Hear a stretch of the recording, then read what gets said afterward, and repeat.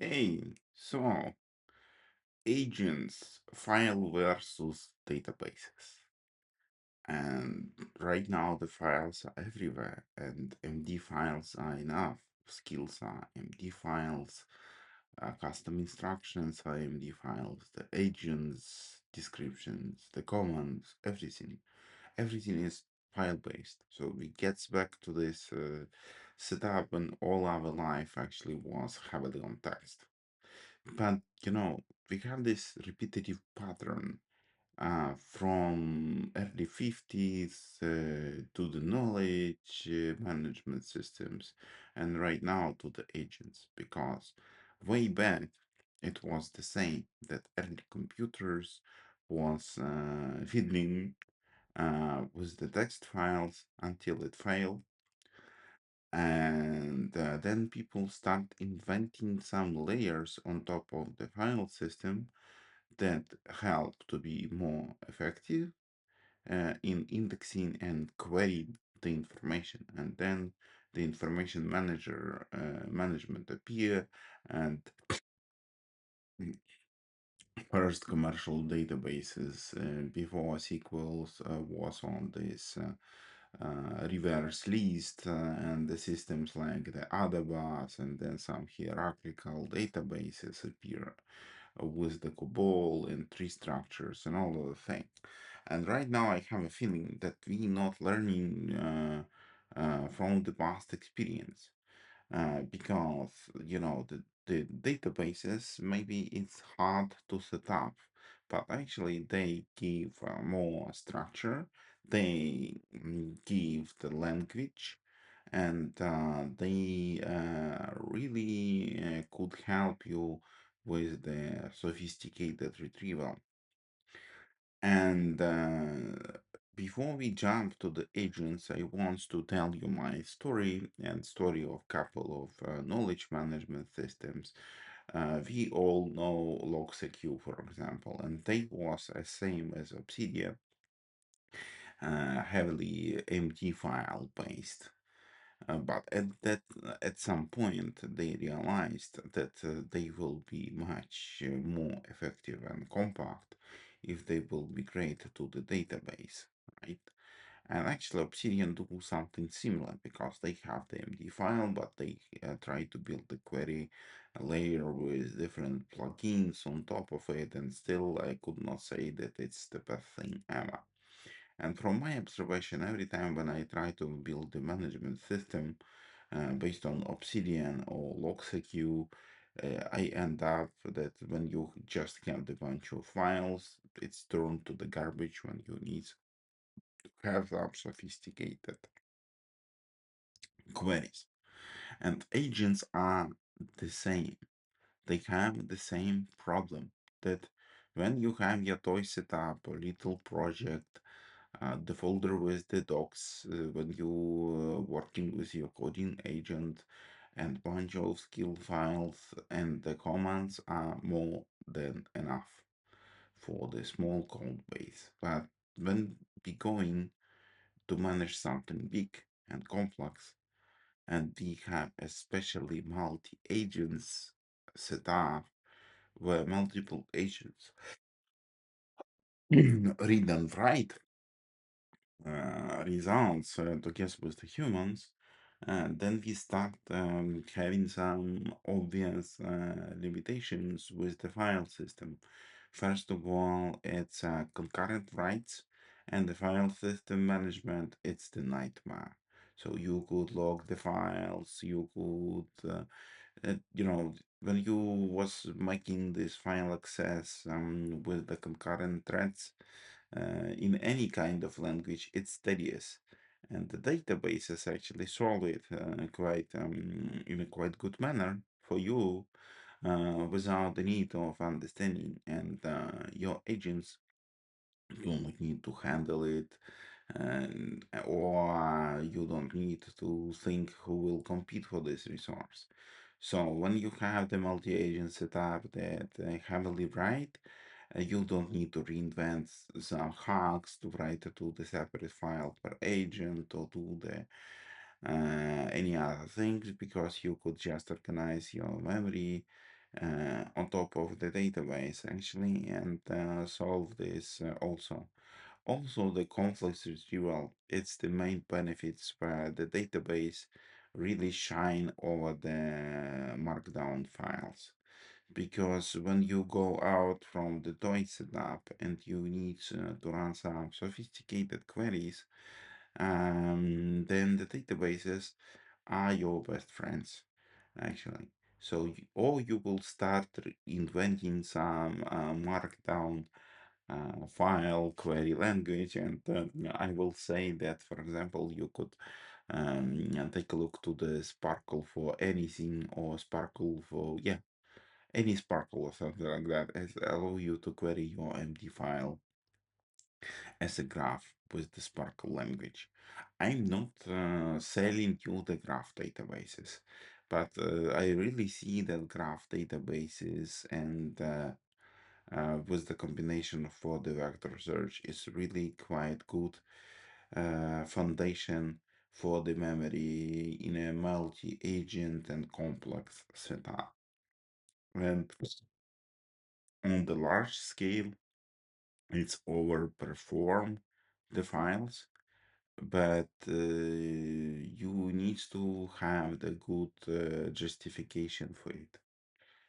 So if you're super small, maybe empty files are good, and the best shiny part on the empty files that you have the structure there.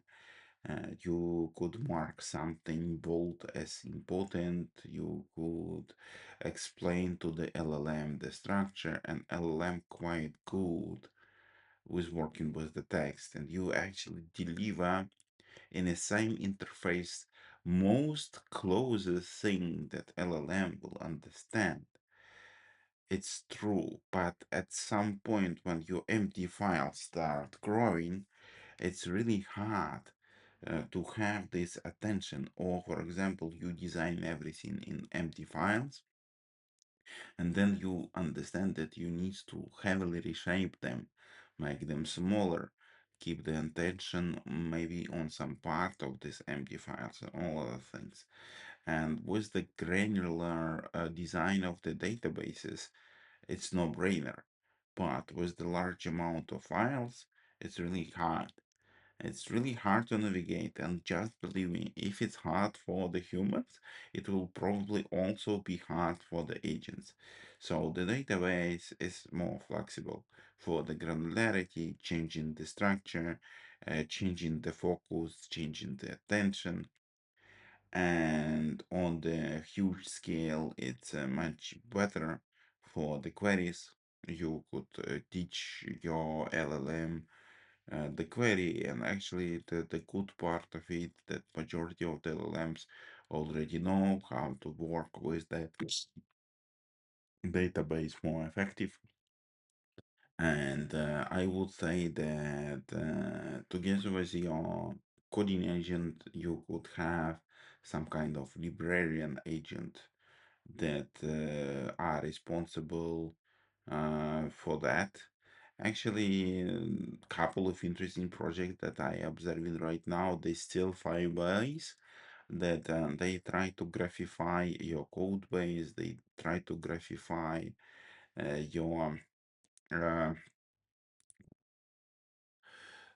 nodes, or make Obsidian like vault and form the local memory.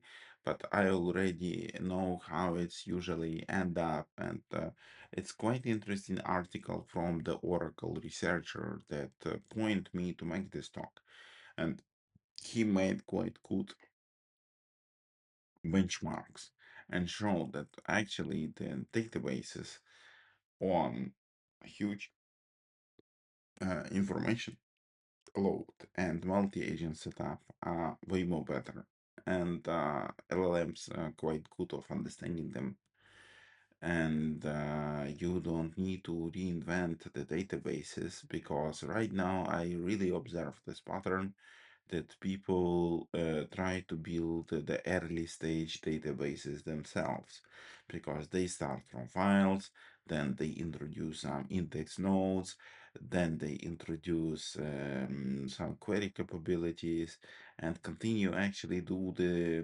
database engineering themselves. And I made this pass one of one when I was building my second brain way before AI appeared. Way before AI appeared, it was I start from the Obsidian and LogSeq. It was endless fiddling between these two information systems. Then LogSeq proposed this concept of the database. Then I was start looking to the setup where I have my text files and database as index and indexing them, and then AI appear and I was starting talking about the graph and vector search layer on top of your knowledge base. But it's in that actually you have some hybrid setup where the center of your brain actually is the database. And right now I see that this emerging pattern go to the agent setup, especially to the multi-agent setup. And you don't need to have the huge information system.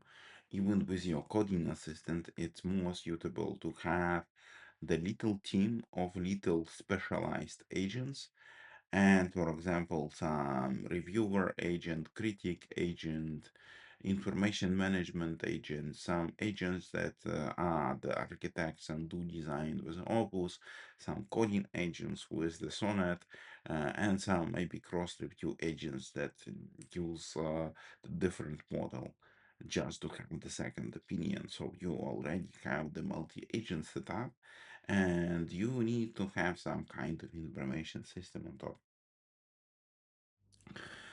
And yeah, and even for the code, it was a lot of projects that I invest at the time that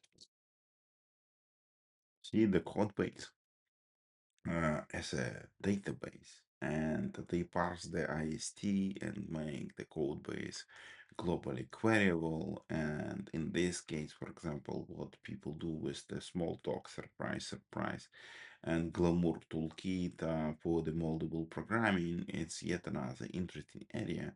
And if you could turn your code base together with your documentation to the database, make it queryable, and give it to the agent, it will give much better understanding, not only for the agent but for yourself. And then we have quite granular context. We could have the proper attention and the much better traceability, but maybe this code bases as a database for the agents, it's a topic for the research and another video. But when the agents grow, when the amount of information grows, and especially the links between the information pieces uh, gets more complex, and your agent is not alone and cooperate with other agents, the database really could make your life way more easier.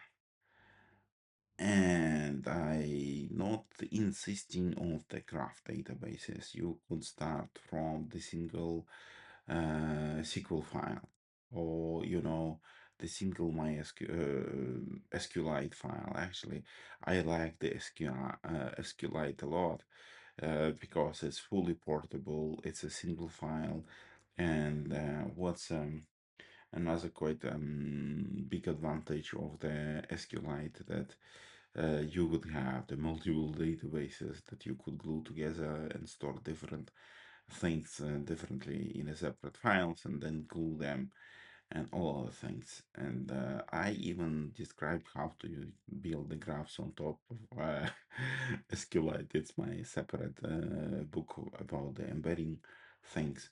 Also, the Ladybug, actually, the full-scale graph database with the vector search is the good candidate. It's the similar to SQLite, so it's simple, single file with way more better concurrency handling. So maybe you could take a look to this. but maybe we could talk about the implementations in some separate videos. But the databases are not that.